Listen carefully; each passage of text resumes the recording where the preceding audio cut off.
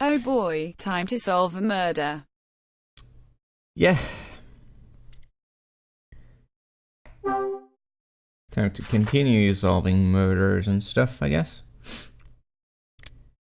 Okay. Oh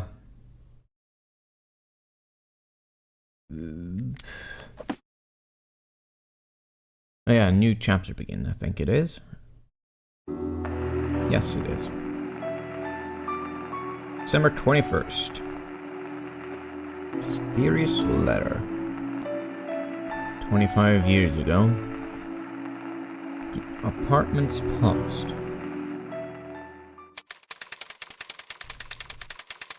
December 22nd, 1980. Right.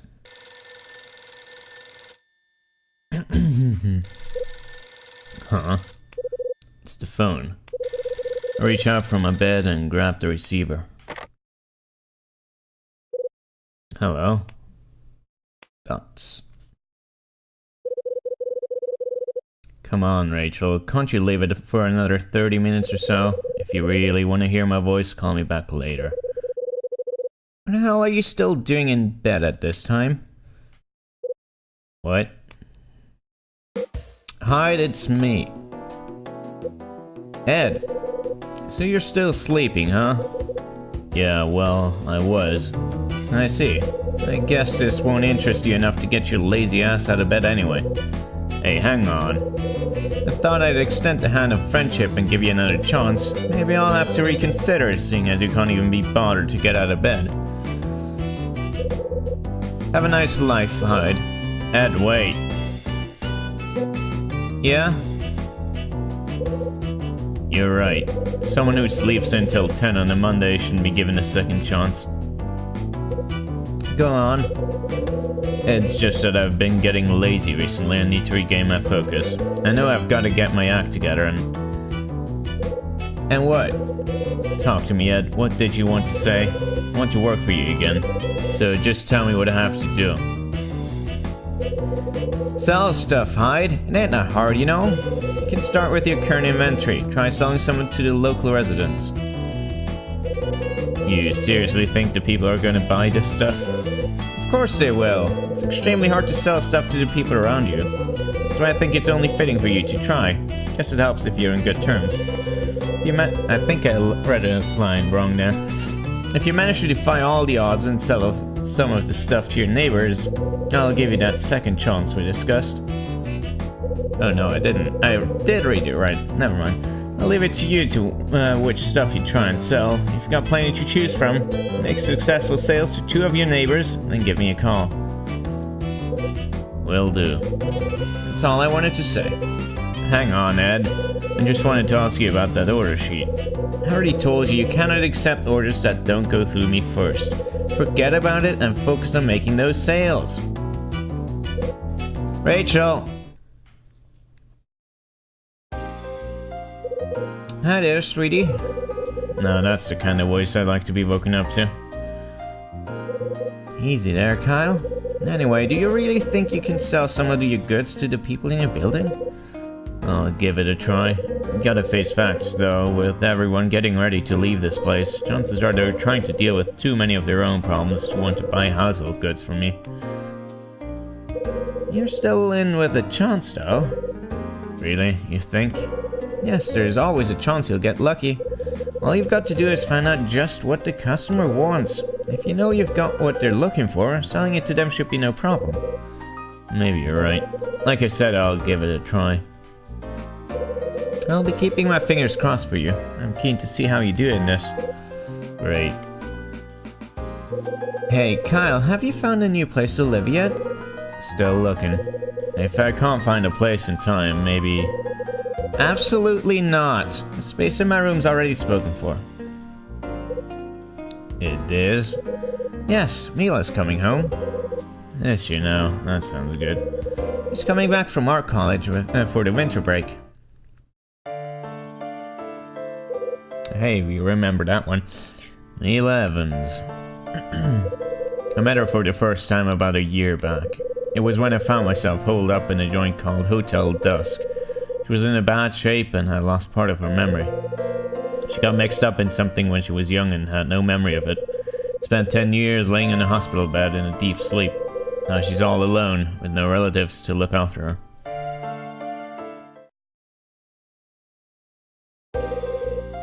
How's she dealing with life at college?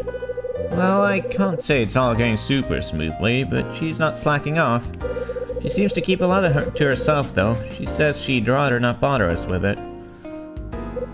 Kyle, I think she's come home so she can see you again. She gives the impression she's got things to say, but only wants to share them with you.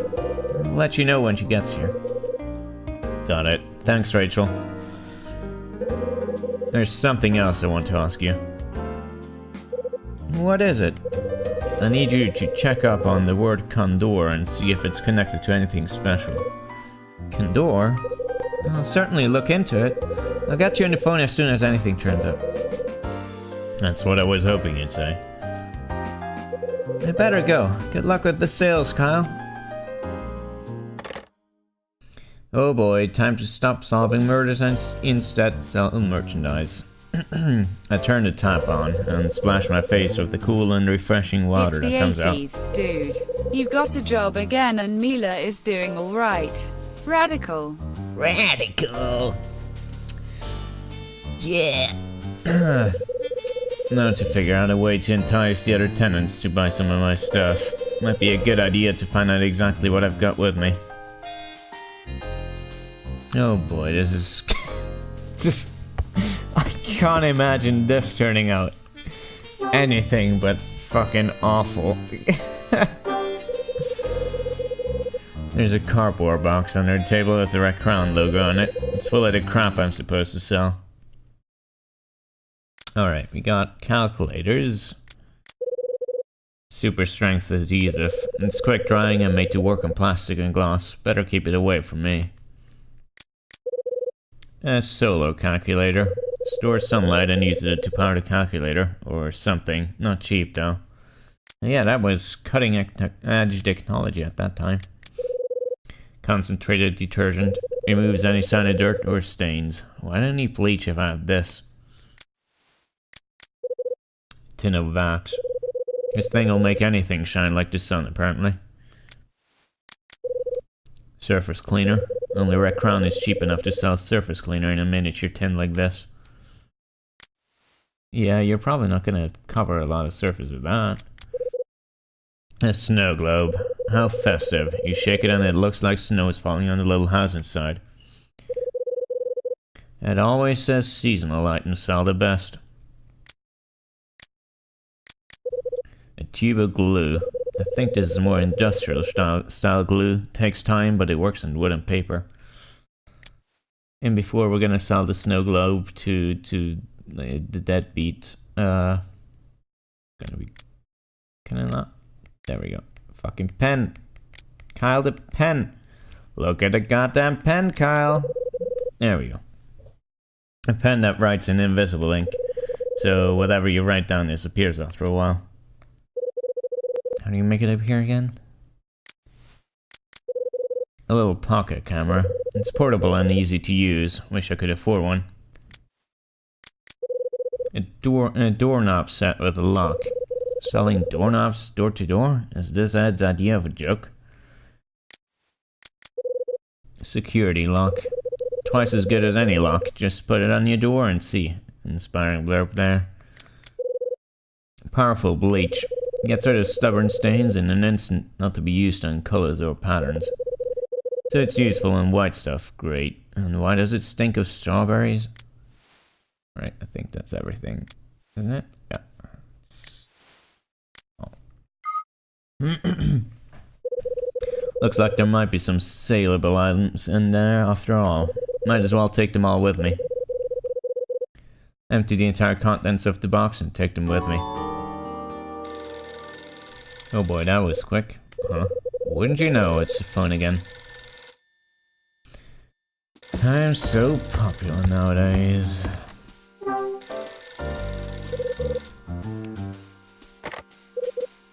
Hello, Kyle. Mom? I don't remember what kind of voice I did.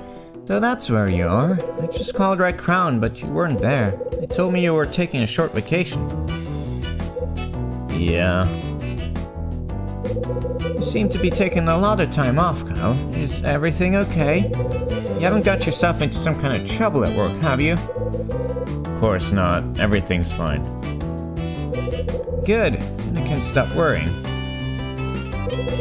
But why are you calling work anyway? I needed to speak to Ed about something. What was it? I got a call from the LAPD this morning. They've decided to reopen the case surrounding your father.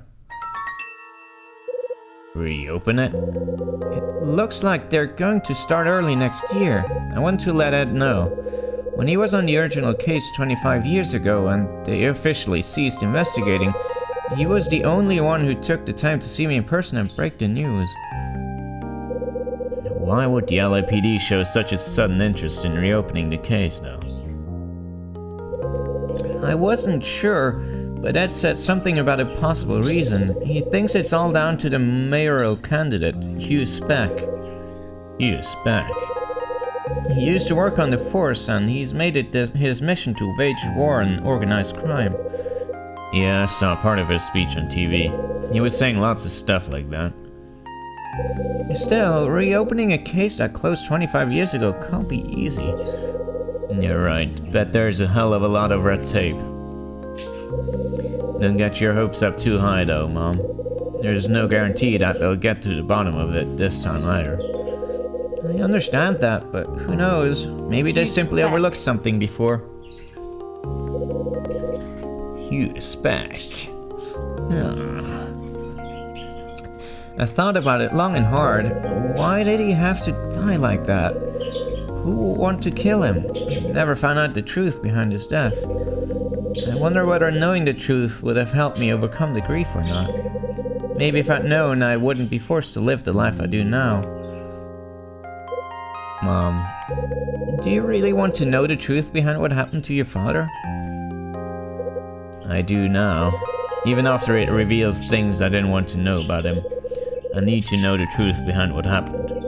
Chris Hyde was my dad, and I feel it's my duty to find out the reason for his death. I understand how you must be feeling, Kyle. The LAPD have promised to let me know if there are any developments on the case. That's good to know.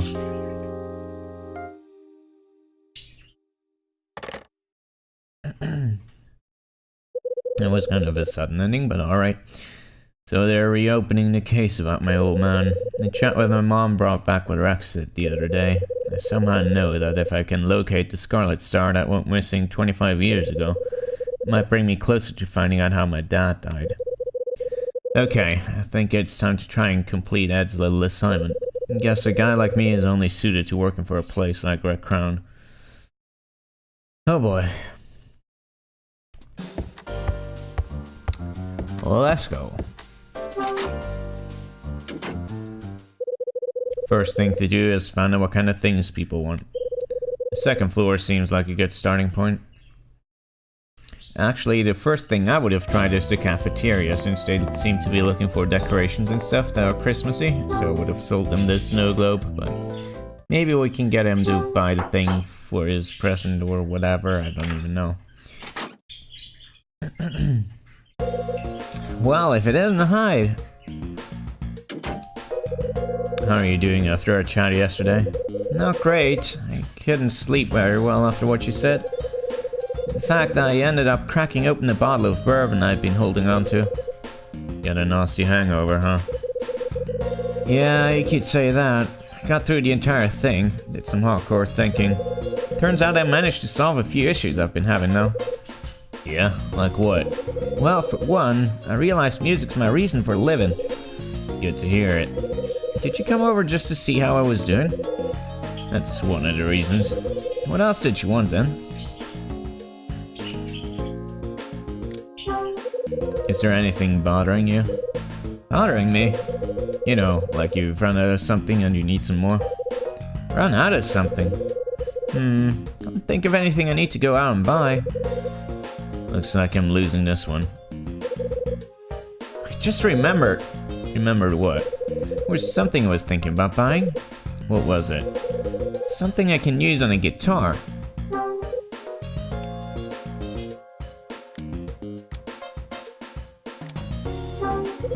I don't have a clue when it comes to guitars. That figures, seeing as you were a cop, not a musician. I guess talking to you about this is a waste of time. Yeah, sorry about that. So, was that all you wanted to talk to me about? See you later, I guess. Oh my god, I fucked it up, huh? Tony, wait, don't you want to buy something for me? What? No, I don't. Come on, help me out here. I'm not interested, is that clear? Tony looks pretty angry as he disappears back in his room. Alright, I hope that doesn't mean I'm game overing. Wouldn't that be fucking amazing? No game over. Yeah, you know, if it just game overs like the next day or something.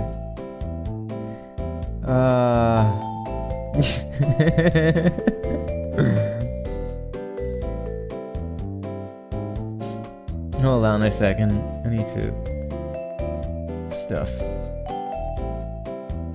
Oh dear, let's hope it doesn't do that. Oh, fuck. Like, you've angered him. Now it's game over. You can't sell enough stuff.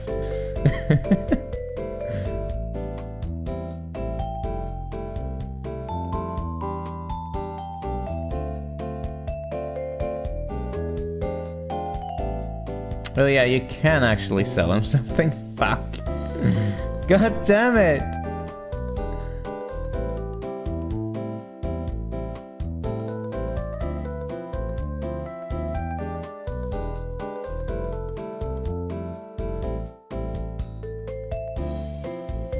I hope I get more chances though. I wasn't like, I thought that if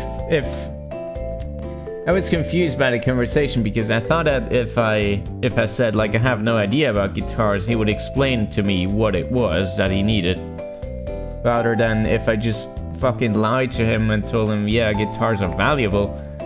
I thought that would mean that he would try to sell it to me or something. I don't even know. Goodness gracious. I don't know if I should Try restart. knocking his door again. Nah, I'm pretty sure that won't work. I don't know if I want to reload though, because then I have to go through the entire thing again, the conversation with mom and everything. Fuck. Alright.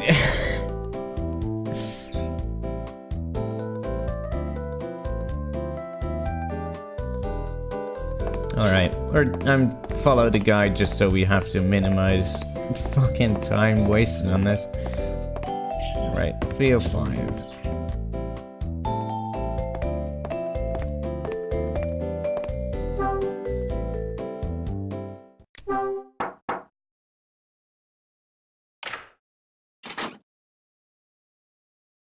We haven't really talked to this dude very much at all, have we? Mr. Hyde, what do you want? I remember him being snooty, though. Have you got a moment? Now? I'm a little busy, actually. Sorry to bother you. That's no problem. Anyway, I got plenty of more important things on my mind. In fact, I've got something quite serious to take care of.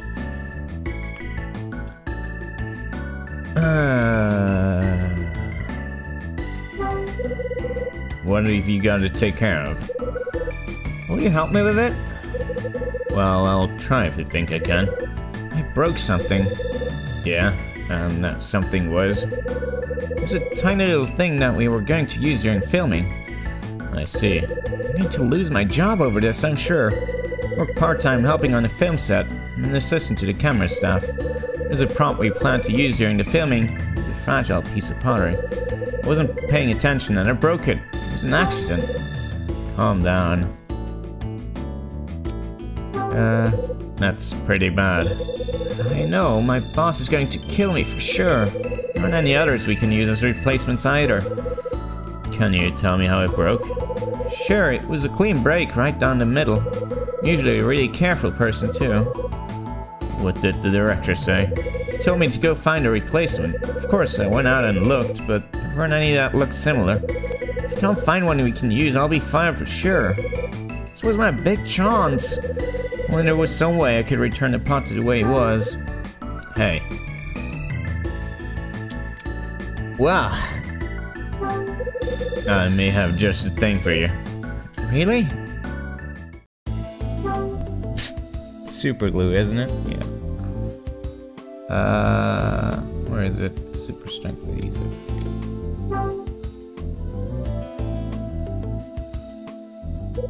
Here, take a look at this. Is this some kind of glue? It's one of the items I'm selling. My guess is it'll be perfect for fixing things like that broken pot of yours. If you're right and I can fix the pot, we'll be able to use it for filming after all. You better give it a try. How much do you want for this? $8 ought to do it. Here you go. It's all there, thanks. Thank you, Mr. Hyde. I'll give it a try. I'll use it and head right to the studio. Great. I managed to sell one of my items to Charles. Now I've just got to make a sale to one more person and I'll prove my commitment to it. Alright, Marie is the next one apparently. 206 was it? Yeah, I mean, the tactic here is pretty standard in that you just need to watch out not to fucking push them the product in their face. Hi, Maria, it's me. Do you have a moment? Sorry, Mr. Hyde. I'm a little busy at the moment. I'm not feeling very well. Can we talk later? Yeah, no problem. No sense in wasting my time trying to sell stuff to people who are feeling ill. I'll come back later. I guess it's not. What the fuck?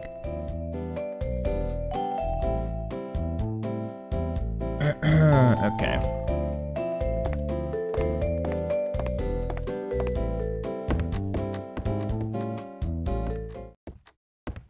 Huh? Somebody's coming up from the basement. That's put me in a real fix. Everything okay, Betty? Oh, good morning, Mr. Hyde. No, everything's not okay. So... why the long face? Oh, is it that obvious? I'm not having a good day. Hey, Betty. Don't worry about it, Mr. Hyde. Betty hurries away after uttering those words. What's up with her? Maybe we can sell some... Oh, God. Hello, Mr. Hyde. Come on in. Hi. Maybe it's just me, but you're looking a bit pale today. I can't say I've ever seen you look this way before. Is that so? Trust me, Mr. Hyde, when it comes to noticing the way my regulars look, I'm the best. Is there something on your mind? Don't worry about it, it's nothing. If you say so. I don't know what it is about today, but all my customers have been up and down in the dumps. I noticed the same thing with Marie earlier. Really? She looked down. Yeah, not sure what the problem was, but she wasn't looking very happy. She definitely had to look at someone with something on her mind. I had Claire go over and talk to her. I figured it'd be easier for her to talk to another woman, you know, raise her spirits. Seems it did the trick too. After they spoke, she did seem to be a little happier. If you feel like having a chat with me and getting something off your chest, feel free. Sidney leaves after saying his piece. So Marie wasn't in a very happy mood when she was here. Wonder what she had on her mind.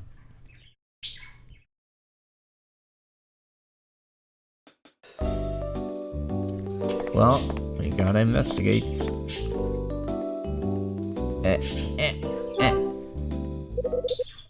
Can I help you, Mr. Hyde? No, it's nothing. Or not.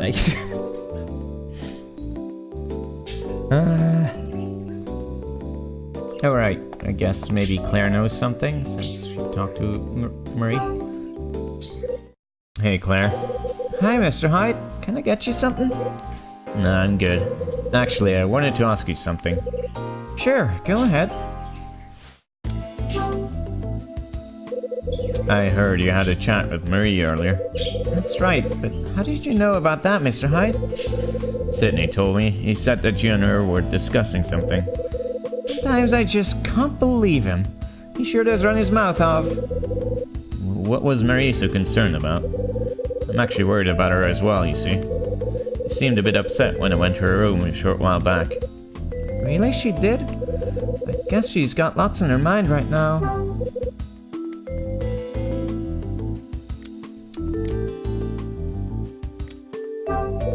What's Marie concerned about?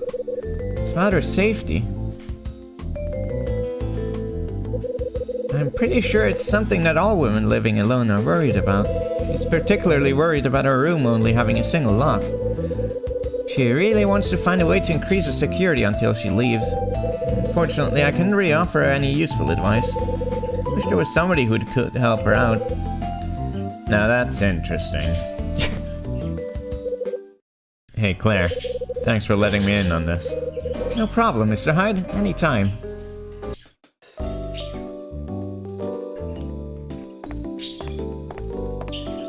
What are these things called? Like the paper things on her that she's wearing on her head? The cloth, like little cloth that you have over your hair? Because I don't think I ever see that anymore nowadays. Even though I think it looks pretty good. I have no idea. It's not a gown, is it? Because isn't a gown a thing that goes over your face or something? What was she? 206, I believe.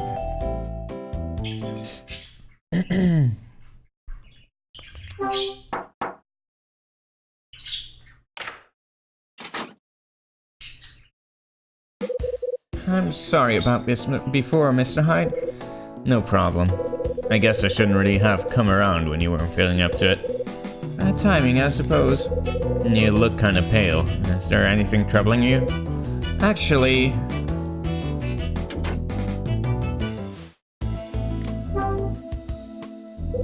Are you worried about your safety? My safety? Why would you be thinking that, Mr. Hyde? I have a habit of knowing these things. I can imagine how terrifying it must be for a single woman living alone. Especially if they've had bugging devices planted in their home. Precisely, Mr. Hyde. I'm at the point where I really don't know what to do. I can't sleep at night either. If you like, you can talk to me about it, Marie. Thank you, Mr. Hyde. I really don't know what to do. I'm always thinking about what would happen if someone broke in at night while I'm asleep.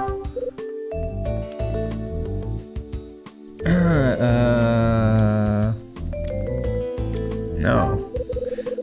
Well, let's do something about it. What do you propose? Well, you could use something. Such as?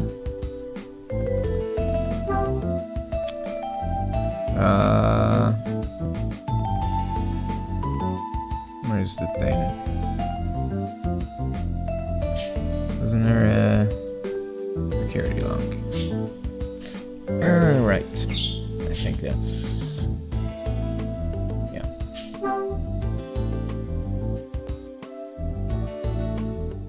Here. Here. This looks like a security lock for a door. It's one of the items I'm selling. It fits easily onto the door and lets you double lock it for extra security. If you fit your door with this, I'm sure you'll be able to have sleep. I'm doing an excellent job. If you fit your door with this, I'm sure you'll be able to sleep soundly at night. Do you think I can fit it to my door? Absolutely. But this must be quite an expensive piece of equipment, right? Not at all, it's only $3. In that case, I'll take it. Glad to hear it. Here's your money. Perfect. If you'll excuse me, Mr. Hyde. That's taken some of the pressure off. I'm glad Marie decided to buy something. Well, that's that. I've sold 2 items to people living here in this building. Maybe now it'll cut me some slack. No time to waste. I'll get him on the phone right away. Or maybe we can fucking sell some more shit. Since Betty... What's her room again? Fucking Betty's room? Whoops, that's the wrong. When she was getting huffled,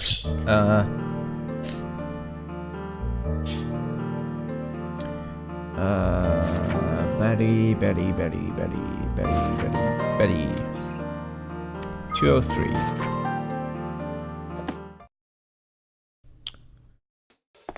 Bum bum ba ba ba bum ba da bum.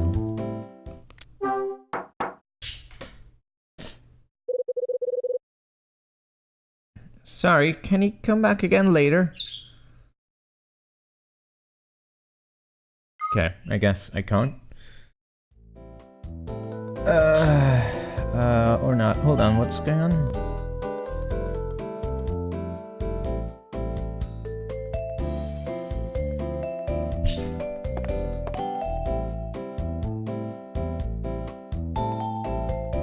Oh, the guy tells me I can't actually sell any more stuff. That's a shame.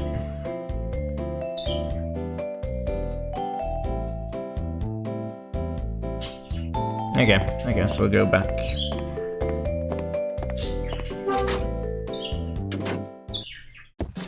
Phone time.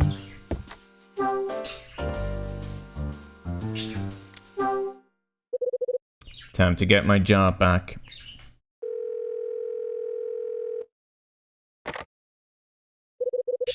Red Crown, how may I help you? May I help you? Fuck. It's me. Is that around? Yes, I'll just grab him. What do you want, Hyde? Just wanted to let you know I've passed your little test. I sold some of my items to the people living here. You did you? Faster than I expected, too. I worked out what they needed and offered some suitable items from my stock. Clever. So you finally realized what it takes to sell things, huh? Well, congratulations, you're no longer fired. Now get your ass over to the office, pronto. To the office. Hang on, Ed. There's a favor I need to ask you. Fresh out of favors, Hyde. Don't push it. Let me stay here and work instead of coming back to the office. Naturally, you must have a good reason for that. You'd have found out sooner or later. I took the order from that mysterious client, so I want to stay here until I get to the bottom of it. So you know who the client is now, I suppose? No, I haven't figured that part out yet. But I've been promised some more information about that and the reward soon. Just tell me why, Hyde. Why are you so hell-bent on completing this order? I mean, the thing went missing 25 years ago. What makes you think you can find it now? I'm not sure, but the order must have come straight to me for a reason. The person who sent it to me must believe that I can get to the bottom of it. You've probably heard from my mom by now, but the case on Dad's murder will be reopened. I've been thinking about it, and here's what I believe. Something tells me that if I can locate the item on the order sheet, I can find out more about this death. You mean you think this is all connected? Come on, you're reaching a bit, aren't you? Just call it a gut feeling. Gut feeling, eh? That's the Hyde I know, alright. Okay, you won me over. I'll let you deal with this order despite my better judgment. The only condition is you come up with the goods without fail. From today onwards, that crummy apartment you call home is your office. Roger that, Ed. Aside from the stuff you've already got Rachel looking into, is there anything else you'd find useful for your investigations? You ever heard of a guy named Frank Raver? He's older than you, used to be an LAPD cop. Frank Raver? Name rings a bell, but I can't put a face to him.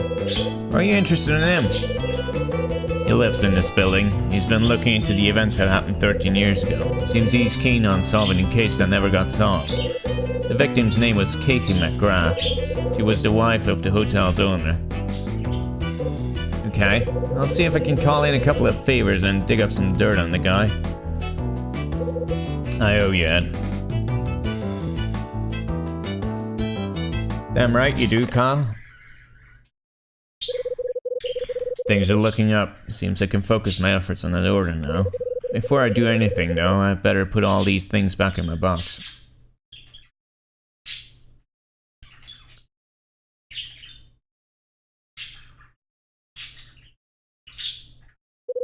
I think it's time I tried to find out a bit more about this building. When I think about who's likely to know the most about the history of this place, the one who springs to mind is Sydney. GLFW to load. It requires libglfw3, but the file in path is named glfw3.dll on Windows. Well, that's not really my problem, because I didn't write the glfw library. That's a problem of CLGLFW3. Boy, for now I guess rename it or something. But also file an issue ticket on their bug tracker. Actually, hold on a sec. Where is it defined? Alright. Where's the library defined? No, it's actually correct. Something else is going on.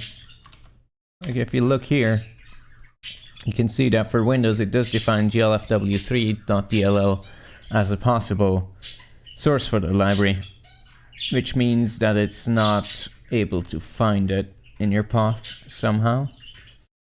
Not sure why that might be. One thing you can try is to use CFFI to load the DLL file directly, like pass in the path to where you store the file so that you make sure that it doesn't try to load anything else. And maybe then you'll get a more reasonable error message about what's going wrong.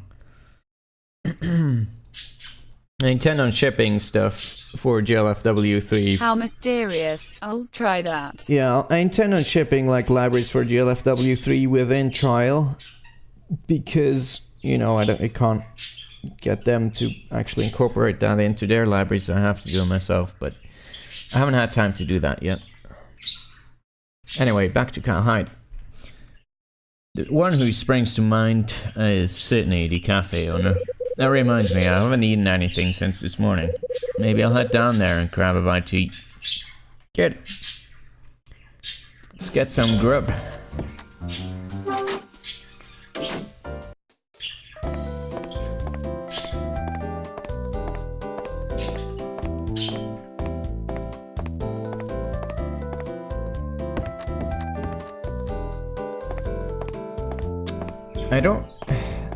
Which day was it when we need to get a reward for, or possible reward for, the crossword puzzle thing? I forget when that was. Looks like the place is empty. Well, that's... okay. Hi there, come on in. Welcome to Lucky's Cafe. Hi, Claire. What's today's coffee? coffee? Looks like it just doesn't find it in path. If I give a search path, CFFI loads fine. Weird. It should, like, it should fall back to asking the operating system, and the operating system should look in path. Weird. I don't know.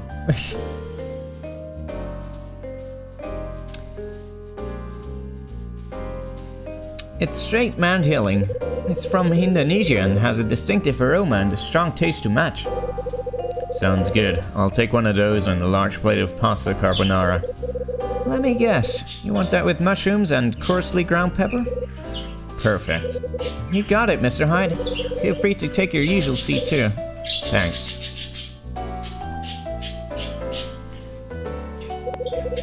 It's been quite a while since I had lunch here on a Monday. Here you go. Today's coffee and a plate of carbonara. Pasta is fettuccine, and the bacon is hand-smoked by Dad. Looks and smells wonderful. Sure does. Enjoy. Claire leaves the table and heads off elsewhere. There's a freshly made cup of coffee and a piping hot plate of carbonara on the table. That does look good. Man, I can't get enough of this smell. Coffee to it sounds kind of weird though. Gotta admit.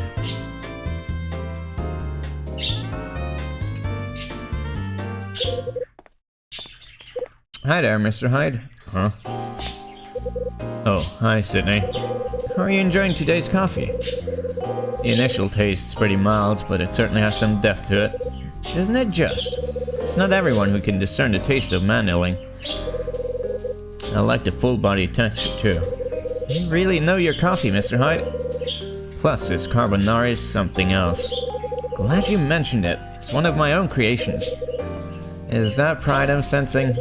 You got it. This place prides itself on the food as well as the coffee, you know? Friendly staff too, and the best service you'll find anywhere around these parts. It's got everything. Be that as it may, still can't believe we have to close the place at the end of the month.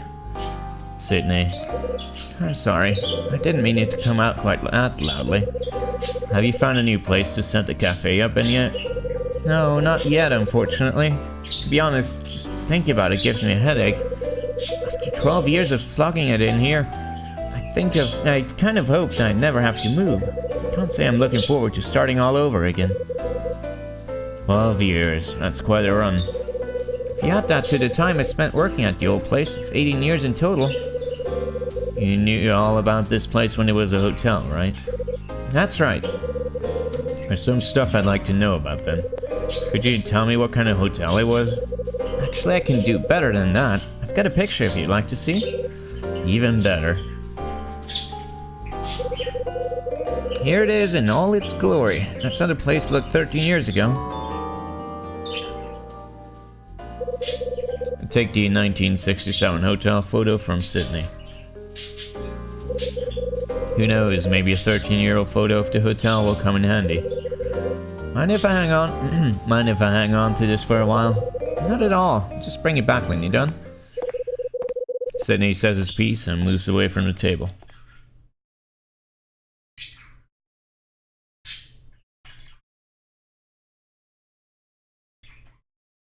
So we didn't really actually ask him much about that. We just got a photo. Okay, whatever.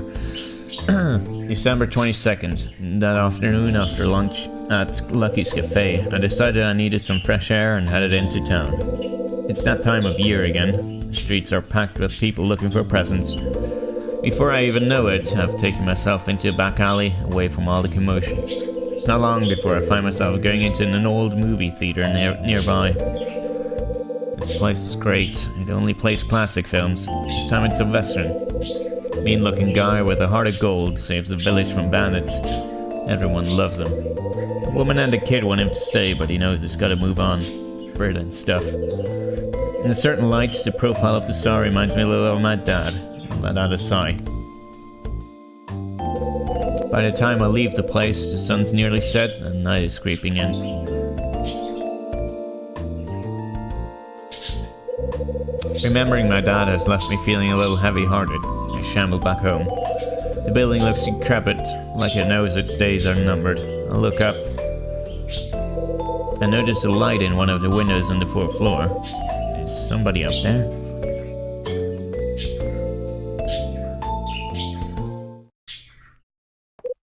Huh? Somebody's coming down the stairs.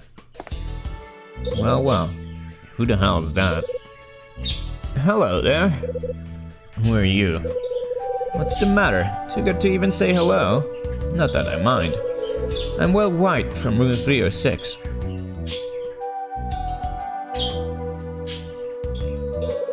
So this is Will White. After giving the guy a good looking over, I seem to recall seeing him once before. I must apologize. It's a shame you didn't remember my name. Especially since I know exactly who you are. You live in room 202, Mr. Hyde, right? That's right. Sorry I didn't recognize you just now. It's no problem. Don't give it a second thought. I'm a salesman myself. I spent so much time away from here on business. It's no wonder most of the others in this building don't recognize me. Seems like the do-gooder gentleman type. Exact polar opposite to the type of salesman I am. I look forward to becoming a closer acquaintance with you, Mr. Hyde, but as you know, we're both about to leave this place. It looks like the most appropriate thing we could say will be along the lines of, "It's a shame." You got that right. Excuse me if I'm a little forward, Mr. Hyde, but about leaving this place. Have you heard any further information from Mrs. Patrice? I'm especially interested in finding out exactly why she decided to sell it all of a sudden. She just said that it's tough for one woman alone to run a place like this. Not to mention the recent bout of trouble that's been happening. I see. I can fully appreciate how running this place alone could take it out of you. In fact, recently I've been disturbed by noises coming from the floor above at night. I wanted to ask her to take a look because I can't imagine what could be causing it. Please excuse me, I must be going. Will ascends the stairs and disappears out of sight. Will White, a man who certainly likes the sound of his own voice. What he told me about the noise and the light I saw just now might be wise to go up and have a look. Oh boy, time to save the game.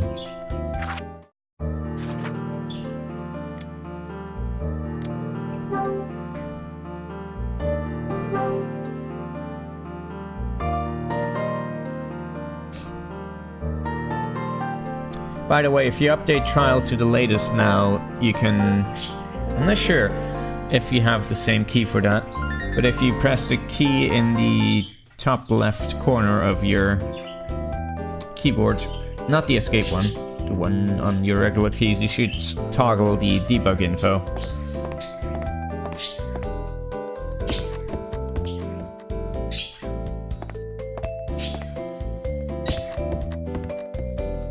I'm not sure, it's possible that on your keyboard, that's a different key. I was actually wanting to ask you about that, but we can do that later. Once we're done with Kyle Hyde. Huh. Well, this is a bother. Now CFFI loads the foreign library just fine, but CLGLFW doesn't. And on my keyboard it's section. Right, so that's the same key as mine then. Good. I think the German keyboard it's the caret, so that might be different. Or the degree, I don't even know. Right. The fire door is open.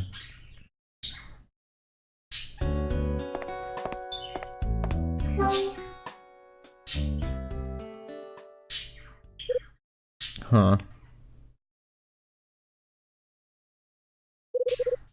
This door is open. It is indeed.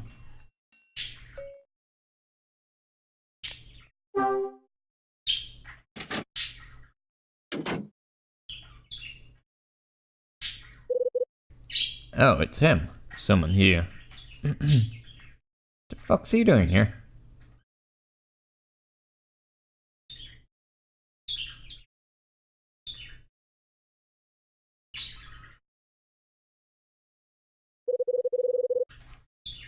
The man calls out without turning around. Is that you, Mr. Hyde? That voice was way too high for him. Dialing. I thought it'd be you. Looks like I need to add clairvoyance to the list of what handyman can do. I just figured there's only one person around here who'd sneak in here like that. Guess I was right too. Yeah, you got me. You took a look around up on the 4th floor yesterday, right, Mr. Hyde? Yeah, I did a bit of snooping. I noticed the door for 404 was unlocked, so I went inside. Went into 404, huh? I wonder who the culprit is. Hey. The culprit for what? What are you talking about? For causing a ruckus up here. Thanks to whoever it was, Mr. White from Theo 6 complained about it to me. Because of that, Mrs. Patrice ordered me to find the cause of the noises. As if I don't have enough to do. What kind of complaint was made? Apparently there was some sort of loud noise all of a sudden from this floor. Mr. White was woken up by it and decided to complain. That explains what he was telling me when he spoke a little early. I got the impression that it doesn't take much to get his panties in a bunch. He's the kind of guy who pays too much attention to even the tiniest things, always ready to complain. To tell the truth, I don't really get on with him. I couldn't agree more, and I've only ever spoken to him properly once. That's comforting. I'm glad it's not just me being petty about something. Comforting? Yeah. You see, after we last chatted, I thought you were a really interesting guy. And I wanted to continue our conversation from before. It's not just me either, Mr. Hyatt. Mr. Raver from 302 also said something about having a chat with you.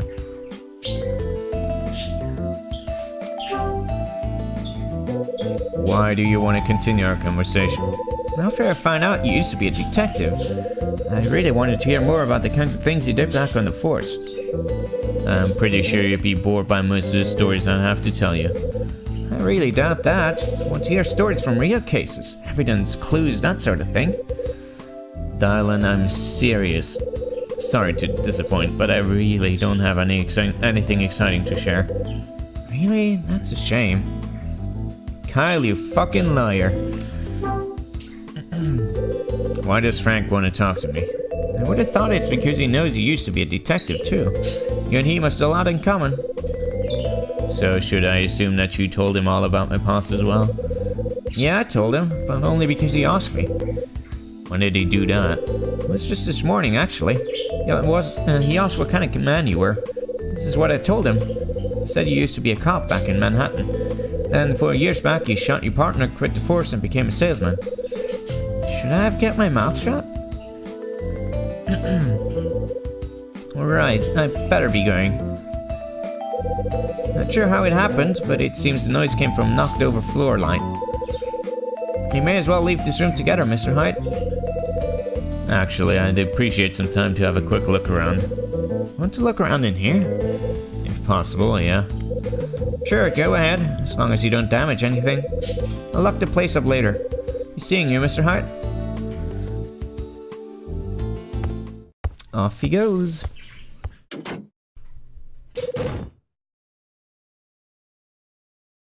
Oh. Huh. Wow, okay, I thought that was the sound of the fucking metal door closing behind us.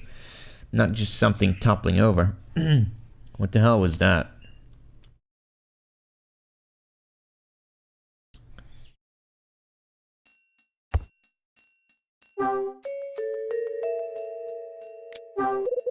There's a big lamp lying broken on the floor.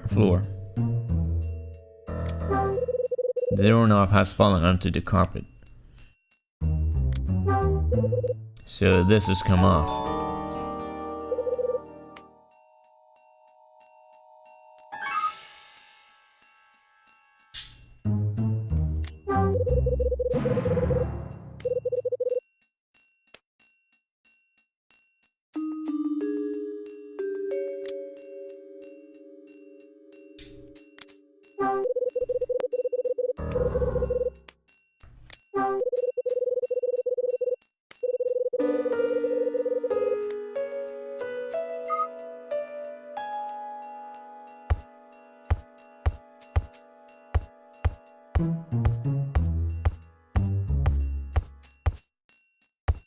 I don't see anything else, really.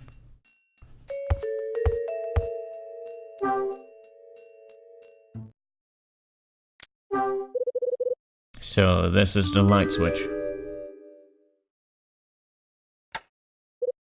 Ah. There go the lights.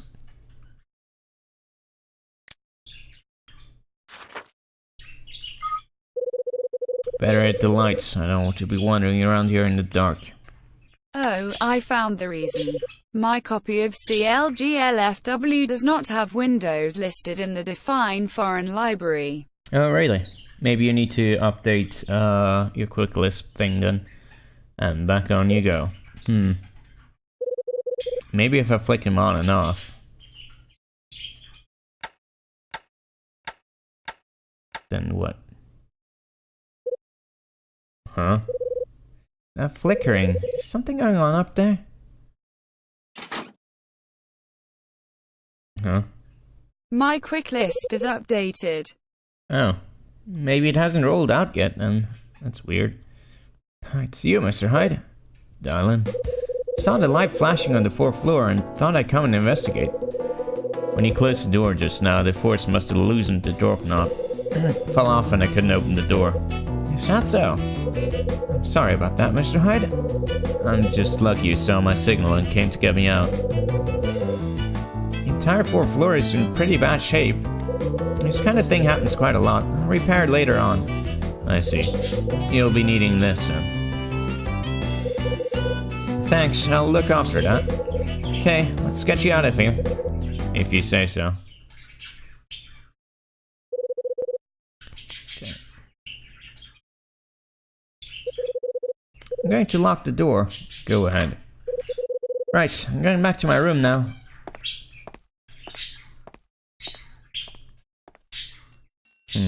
Should we investigate anything else? In here? I'm not sure.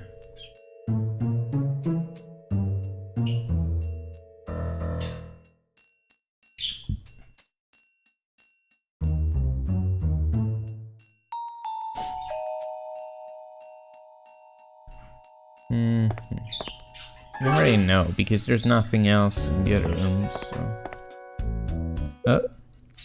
Oh. It's my pager. Well, time to go back to my room.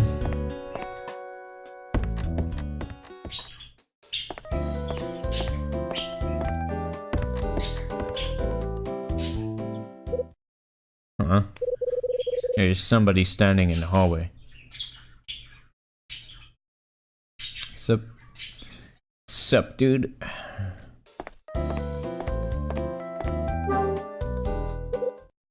Hey there. Sorry about before, Tony. Forget about it. I'm not even angry anymore. Was kinda hoping you'd say that. Besides, you're always helping me out with things. But more importantly than that... Hey, Tony. What's with all the smiles? Hide. You really are a sly one, man. You're not making any sense. What do you mean? Come on, there's no need to be modest about it. I saw a man. What did you see? I went to see you in your room. I went to see you in your room, but instead caught a peek at some hot chick. What? What did she look like? Well, she had long blonde hair. Anything else? Yeah, she was smoking. I mean, she was petite and slender. Got any ideas? Got plenty of ideas, but... Remembered then, have you? When did you see her? I don't know, about 30 minutes ago? We was just hanging around you outside your room. Did you speak to her? Well, I wanted to, but as soon as I opened my mouth, she ran off. Sorry, but I gotta split. There's somewhere I need to be. Tony says his piece and leaves. Well, let's go phone stuff. Maybe it was... I wouldn't think that she smokes, but maybe it was, whatever. Or maybe it was the lady from the very beginning of the game. Huh?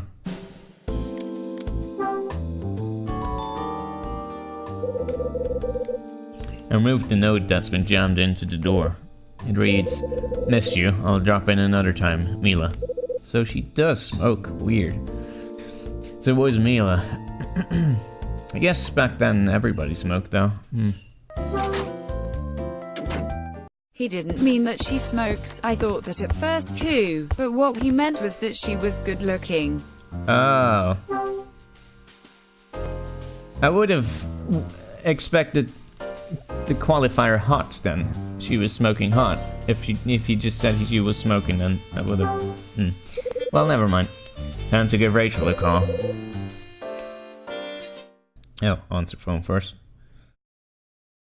Late.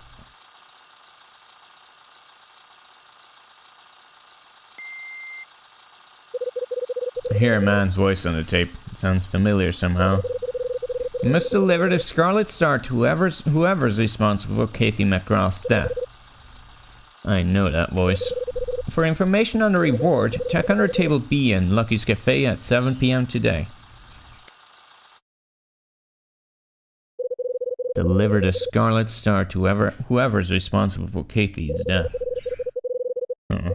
What the hell is this? Some sort of joke?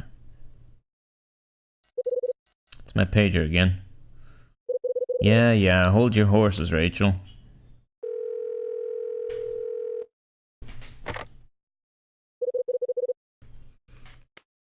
Ray Crown, how may I help you? It's me. It's been wanting to talk to you. I'll pass you over.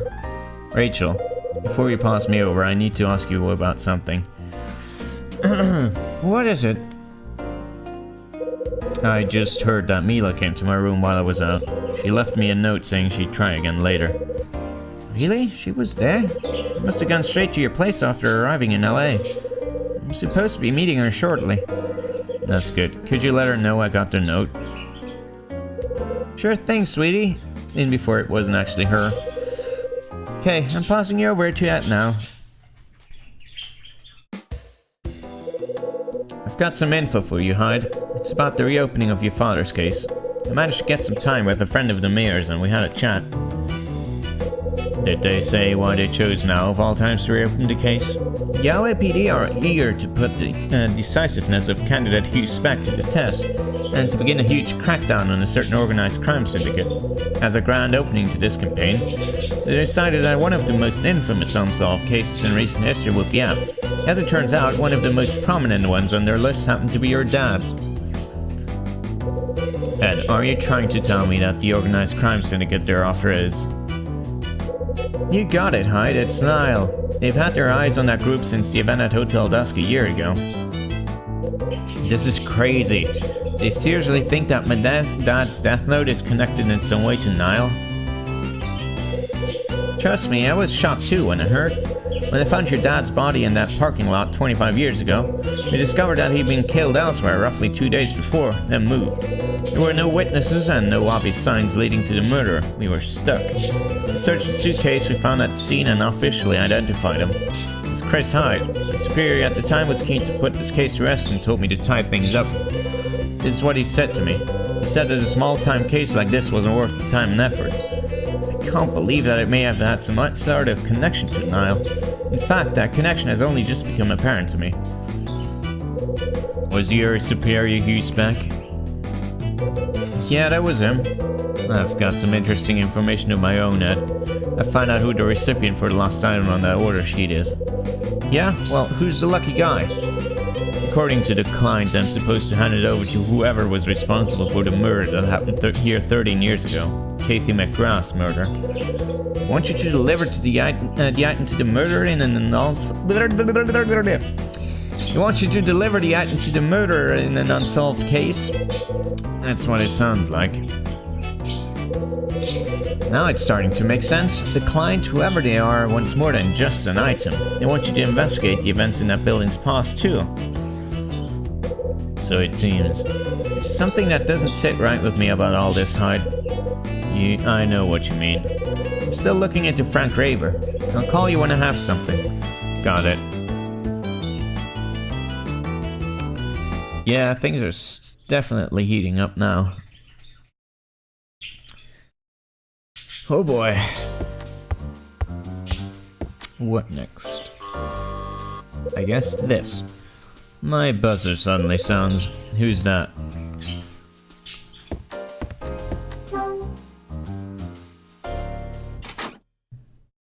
The thick plottins. You were the last person I expected to see. What do you want? I just wanted you to return my tape.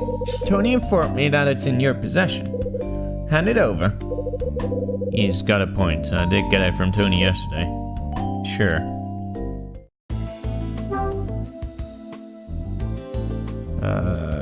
Let's see.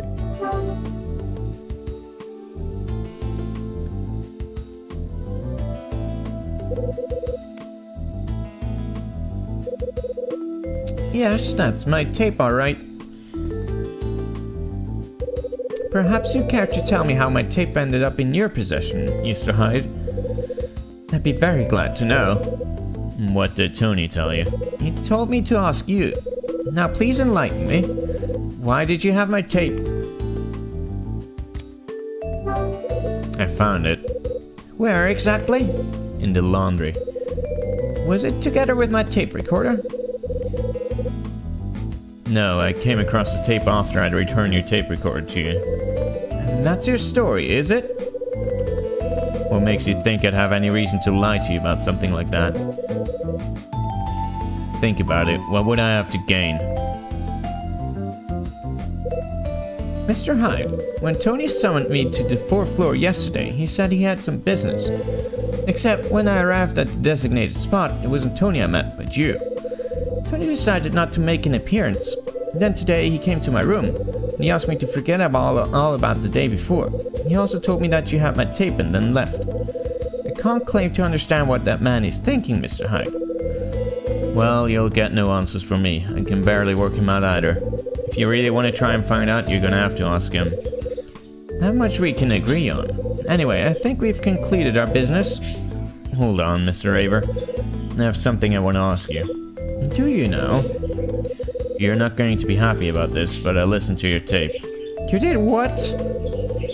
Yeah, I listened, and what I heard surprised me. It seems you're still trying to solve the murder that happened here 13 years ago. I'd like to know why you're so interested in that case, Mr. Raver. You really want to know? Well, tough. Has nothing to do with you. Maybe not, but I'm still curious. There's more to this case than I originally thought. More, you say? Seems you haven't been able to rid yourself of your cute detective senses. Normal people would just accept that it has nothing to do with them and move on. The detective views things differently, and once he gets that scent, he has to act. I saw the change in your eyes when you heard. This sense is more a curse than a blessing. It is as you say, Mr. Raver. I'm forced to ask these questions. I understand. Nevertheless, I'll tell you straight. Stop pursuing me in my investigations, and cease trying to go after those connected to this crime.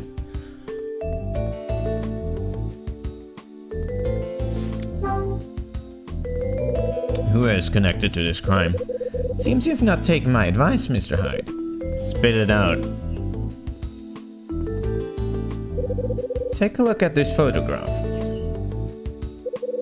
It's a picture of a funeral. Yes, the funeral of one of the people who found Kathy McGrath's body. If you look really carefully, there's someone in the picture I'm sure you'll recognize. Mr. Hyde, I'm forced to stop you interfering any further. Therefore, I'd appreciate it if you could avoid hindering me. Do not obstruct my investigations any further. Let's stay away from the people you see in this picture. Okay. I'll take a long, hard look at the picture. Just one more thing I need to ask you, Mr. Raver. And that is? What can you tell me about Condor? You mean to say you don't know what Condor is? I wouldn't be asking if I did. I shall repeat what I just said. Leave my investigations alone. That's all I have to say.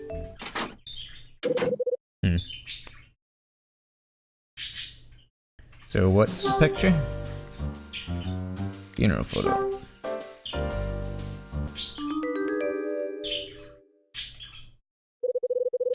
What am I supposed to be looking for? There's Marie. Hold on. Rex? What's Rex doing in the photo? Yeah, I thought there was gonna be more to him. Maria Rivets is in the picture, and not just her, Rex Foster is there too. What possible connection could the two of them have had 13 years ago? Maybe they were both in on the insurance scam or something.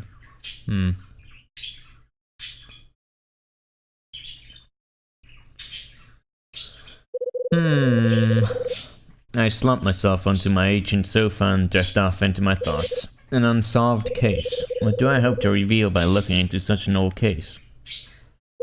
7 o'clock already? I better make a move. I wouldn't want to miss my chance for some more info.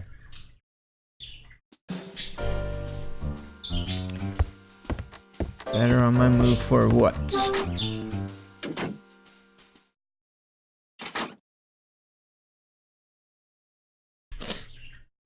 Huh? Door of room 203 is open. I can hear somebody's voice from inside. I know that voice. That dress looked good on you. I had a great time yesterday. After the voices stop, somebody leaves the room. I'll see you soon. Oh boy. I'll wait at the same shop as before. What's he doing with Betty? What the fuck? Hey, Betty. That is some...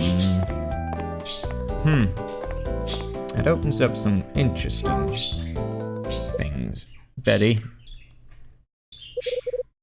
Oh, hello, Mr. Hyde. Have you got a moment? What can I do for you? I'm a little curious about the guy who left your room just now. Oh, you saw, did you? Yeah. His name's Rex.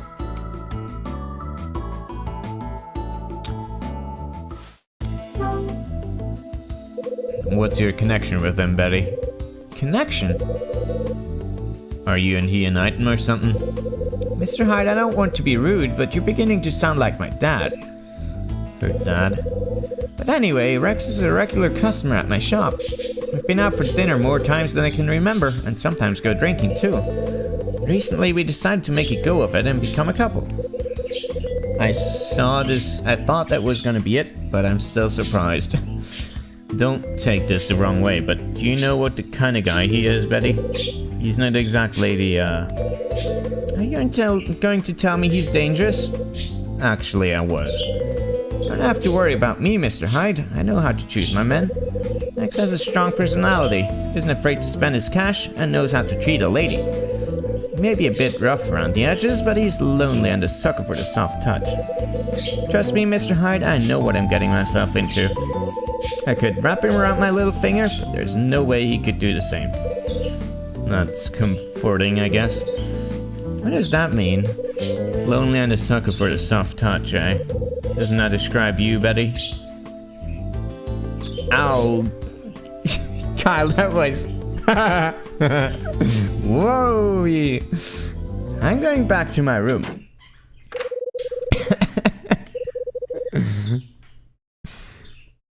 What's that rat up to this time? My god. Kyle, that was blunt as shit.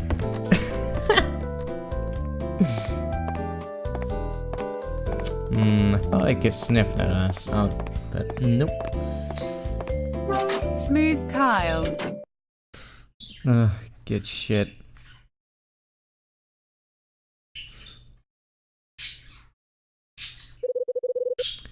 Time for me to check out table B. Oh yeah, we were gonna do that.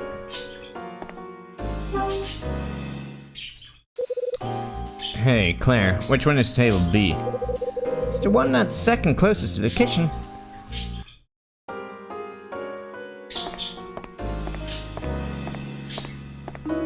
So that's this one?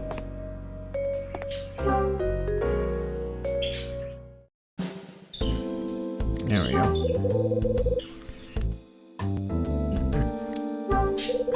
What could this be? It looks like it looks like some sort of letter.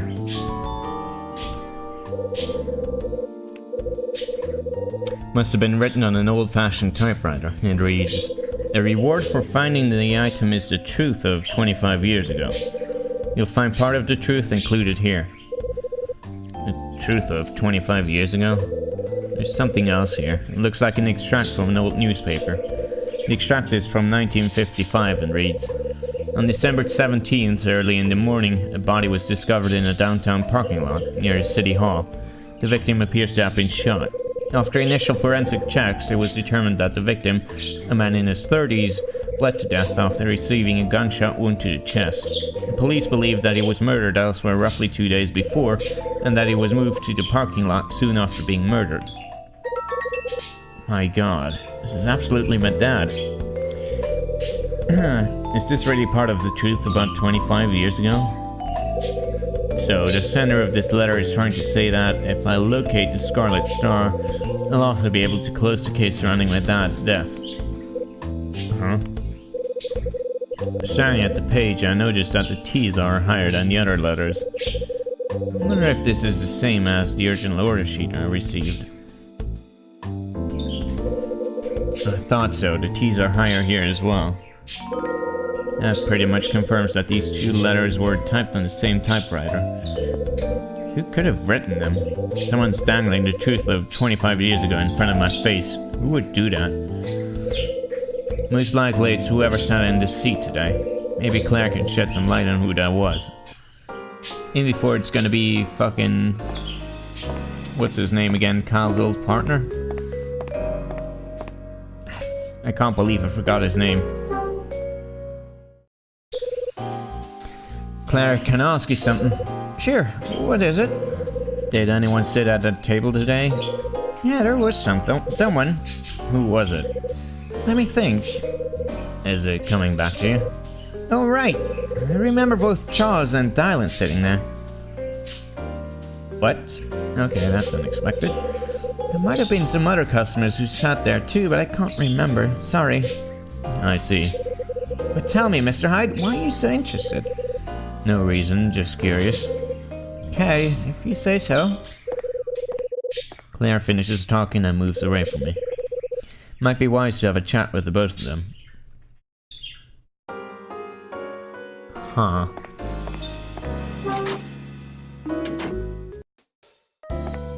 Charles and Toby. Whoops, that's the wrong button.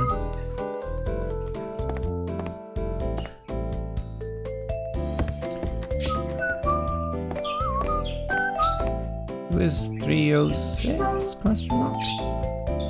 Fucking.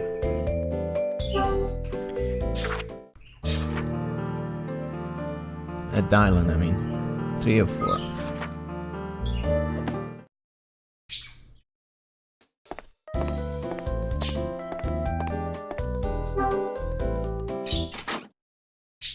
Huh? Room 306's door is open. Well, hello there, Mr. Hyde. Oh, it's you.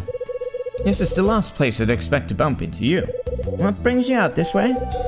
Nothing much. I sometimes come up to the 3rd floor to call on people. Well then, that explains it.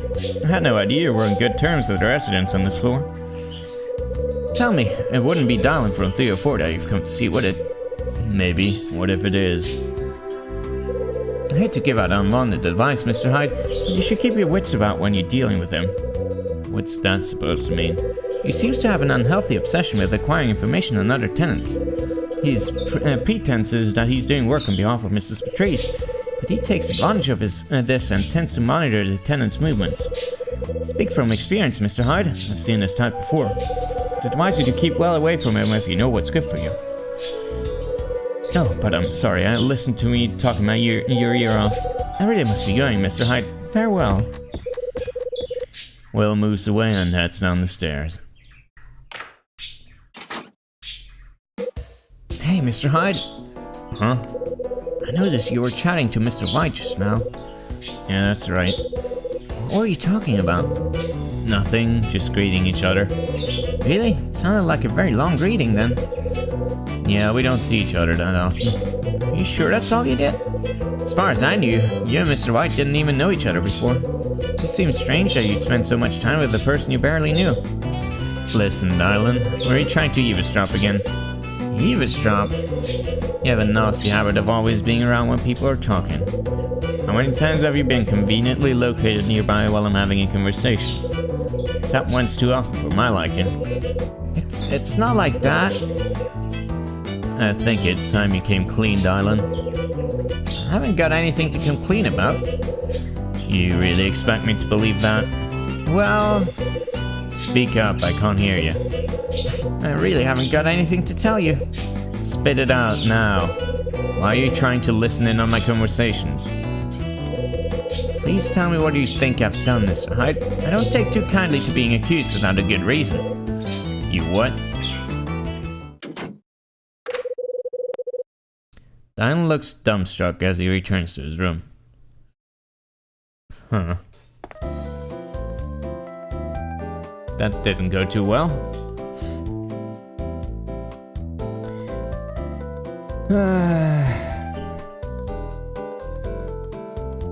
I guess we'll go to 305 then.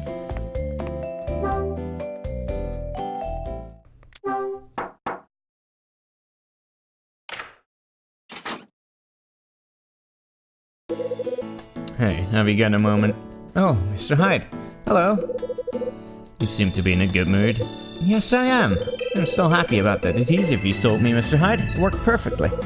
I used it to repair the broken pot, and we were able to use it during the filming after all. Looks like you only sell the best products, Mr. Hyde.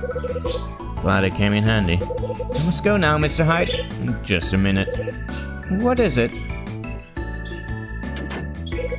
I've got something I want to ask you. Did you take a trip to the cafe today? Yes, I did. And did you see that table B near the counter? Yes, but why are you asking me about where I sat? So, was it you, Charles? Did you stick the envelope to the underside of the table? I have no idea what you're talking about, Mr. Hyde. Please explain yourself. So, you really have no idea? Please, Mr. Hyde, do you have a reason to doubt what I'm telling you? I just wanted to ask. Are you sure you're telling me the truth? How do you expect me to answer when I have no idea what you're talking about? So it wasn't you who struck the envelope to the underside of the table in the cafe? How many times do I have to tell you I have no idea what you're saying? I see. Did you see anyone at that table before you sat there? Yes, there was someone. Who was it? It was Dylan from 304. When I arrived at the cafe, he was already there.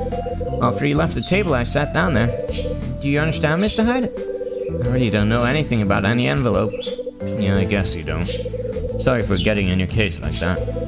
I'm glad to see you finally seeing sense. Goodbye, Mr. Hyde. So, it must have been Dylan who placed the envelope under the table. I'm gonna get some answers from him.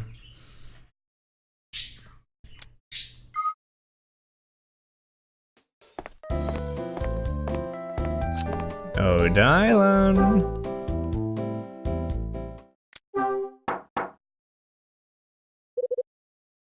Who is it? It's me, Kyle Hyde. I don't want anything to do with you. Dylan, we need to talk. Now open this door. Go away and leave me alone. Damn it, Dylan. Open the damn door. Dylan.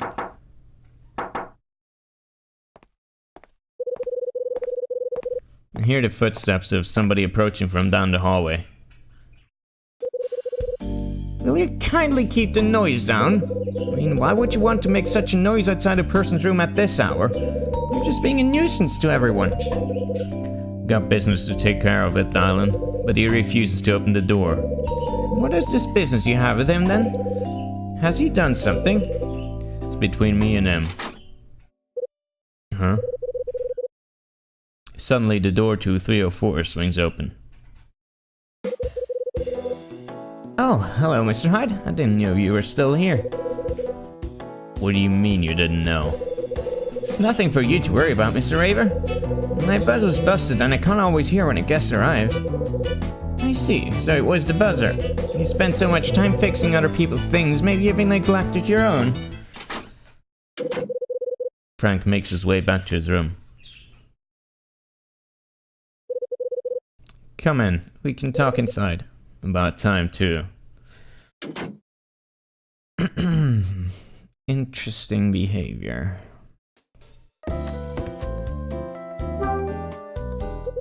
Listen, Dylan. What do you want with me? Why'd you suddenly decide to open the door and let me in? Simple, I didn't want Mr. Raver to start jumping to the wrong conclusions, that's right. You know, he used to be a detective. He'd just go around poking his nose in. I've noticed that you use the word detective a lot when we talk, Dylan. Do I? Can't say I've noticed. Maybe only a hunch, but are you fixated on me and Mr. Raver because you're really into cops and the lifestyle that goes with it? Exactly. Then maybe you'd like to tell me why you've also been keen on monitoring the other tenants. It's natural. Everyone likes to know what the other people get up to. That's all it is. I'm not some sort of stalker, you know. Dylan, you went to Lucky's Cafe today, right? Yeah, I went down there. So you'll know all about the letter I found there too. Letter? What letter? The one that was attached to the underside of table B. Oh, right, that letter. That letter, so he does know about it, just as I suspected. Tell me everything you know about that letter. I don't know anything about it. Don't lie to me. You put it there, didn't you? You think I put it there? You bet your ass I do. What's so funny? Listen to yourself and your stories. My stories? Yeah, they're amusing. So, what did the envelope have inside it? Was it some sort of clue to something? Dylan. Come on, Mr. Hyde. What did it have inside? You can tell me. I can keep a secret. Come on.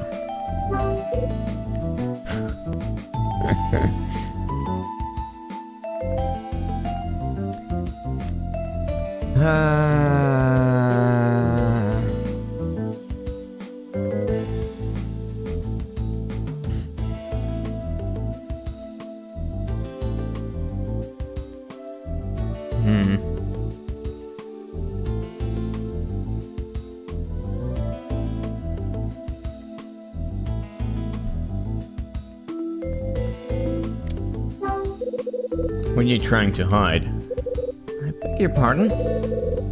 Are you working for someone else? Mr. Hyde, I really don't know what you're talking about. Trying to pull a fast one on me? I'm not trying to do anything of the sort. Not working with anyone. More importantly, so what did the envelope have inside it? Was it some sort of clue or something?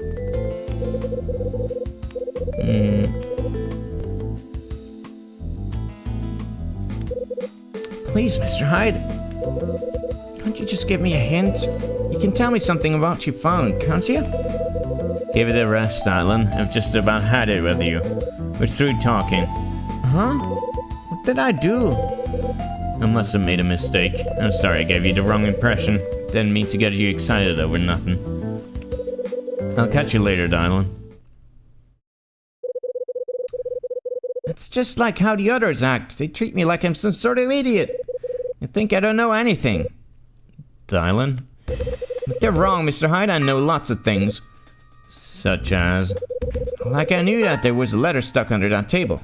Uh-huh. So you do know something. Who left it there? Tell me. Sorry, even I don't know that. Shame. If you knew that, maybe we could have talked some more. Mr. Hyde, why are you so keen on finding out about that letter anyway? Forget it, Dylan. We've got no more to discuss.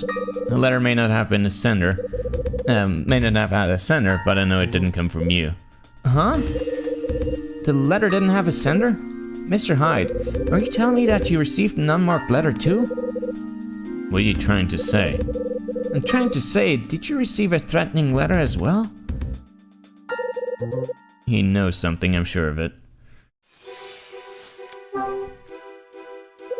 Who's being threatened? Maybe you should just forget I said anything. Too late for that, Dylan. Is somebody in this apartment being threatened? Damn, I didn't want to tell anybody. Who is it? I can't say. Tell me. It's her. Mrs. Patrice. She's being threatened? Yeah, that's right. Why would somebody want to threaten her? I haven't got a clue. But I can tell you for a fact, somebody's doing just that. There I go again, running my mouth off. Now what am I gonna do? I really don't want to tell anyone about the threat. I'm begging you, Mr. Hyde, please don't breathe a word of this to anyone. How did you know about the threat to Max? I came across it one day. Came across it how? I'd gone to Mrs. Patrice's room to fix something. There was a phone call. I can tell you that the phone call in question was definitely threatening. It only lasted a short time before cutting off too. Mrs. Patrice's face turned pale and her hands began to shake. From that point on, I made it my job to look over her. It was also from that time that unmarked letters and packages began to arrive. Not long after that phone call, Mrs. Patrice had made her decision to sell this place. So, does Max even know that you were there to witness the threat? Has she mentioned it at all? I don't think she registered that I was there. I just kept quiet as a mouse. Hey.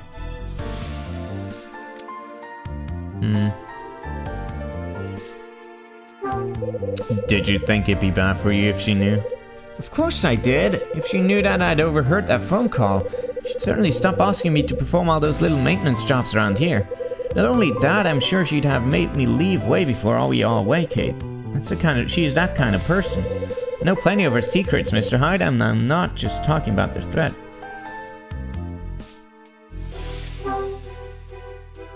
What kind of things do you know? Stuff about the past. I could tell you things, Mr. Hyde. Things about Mrs. Patrice's past. Then enlighten me.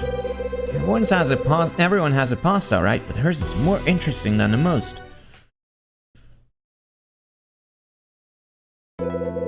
I know you don't exactly trust me, Mr. Hyde, but I can assure you I did not send you any unmarked letters. I want you to believe me. I'm not the sort of person who goes around threatening others. Is that so? It is. If you think it'll help you solve this mystery, I'll tell you about Mrs. Patrice's secrets. On one condition, though. You share with me what was in that letter you found. So, have we got a deal? I'll think about it. I've got somewhere to be. I make my way out of Dylan's room.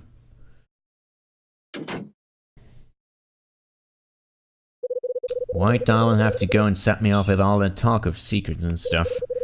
And Max, could you be connected in some way? Connected to the incident that happened all those years ago? I think it's time I gathered my thoughts about all that's happened.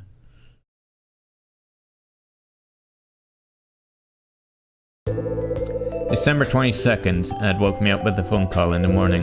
He said he was willing to take me back to work for a crown, but on one condition.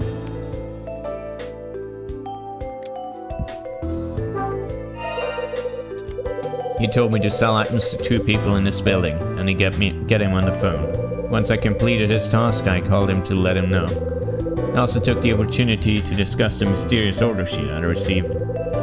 Ed eventually agreed to let me pursue the order and try to locate the Scarlet Star. He went on to tell me that the reason why the police had reopened my dad's case. He said the case had been reopened due to a connection with a crime syndicate called Nile. Nile was the crime syndicate Bradley was investigating undercover 4 years ago. Exactly how this syndicate was connected to my dad's threat was something that neither I nor Ed could imagine. When Frank came to collect the cassette tape I got from Tony, I asked him why he was so keen on investigating what happened 13 years ago. Instead of answering, he gave me a picture and said to stay away from the people in it. I recognized 2 people in the photo. One was Marie and the other was... It was a picture showing a scene at the funeral. There was a much younger Rex among the other attendees. It seems that Rex knew about Marie 13 years ago, and that's one of the things I intend to investigate from now on. On a message left on my answer machine, the recipient of that item was revealed. For information on the reward, I was told to look under table B in Lucky's Cafe. When I did so, I found that somebody had attached an envelope under the table. In addition to the letter that explained what the reward was, there was something else. The other item was... There was an extract from an old newspaper inside the envelope. It contained the stories surrounding the case where my dad was killed. The letter said that the reward for finding the item was the truth of 25 years ago. This was an offer that certainly got me thinking. When I reread the letter, I noticed something unusual about the typography. I applied some pressure to Dylan when asking him about the unmarked letter. He said that he didn't know anything about it. He went on to say that there was somebody in the building who'd received the threat. And that was Mags. Dylan told me that someone had issued a threat towards Mags. Dylan also said that in exchange for information on the unmarked letter, he would share some more of the secrets he knew about Mrs. Patrice. I wasn't ready to commit to anything at that moment, so I left.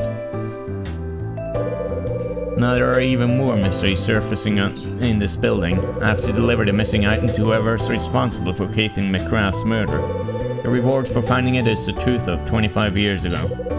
We can't stop wondering what the sender of that order sheet really wants. What am I going to find out by unraveling this mystery? Who in this apartment had a part to play in the events that happened in the past? What little I've managed to put together in my head's come apart. I'd have to start again and try to uncover the whole truth behind what happened 25 years ago.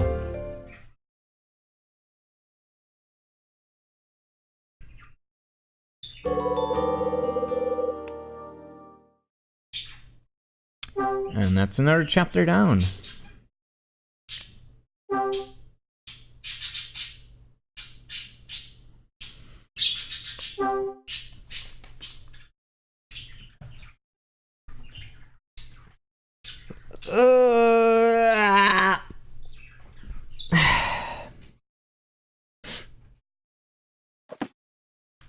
All right.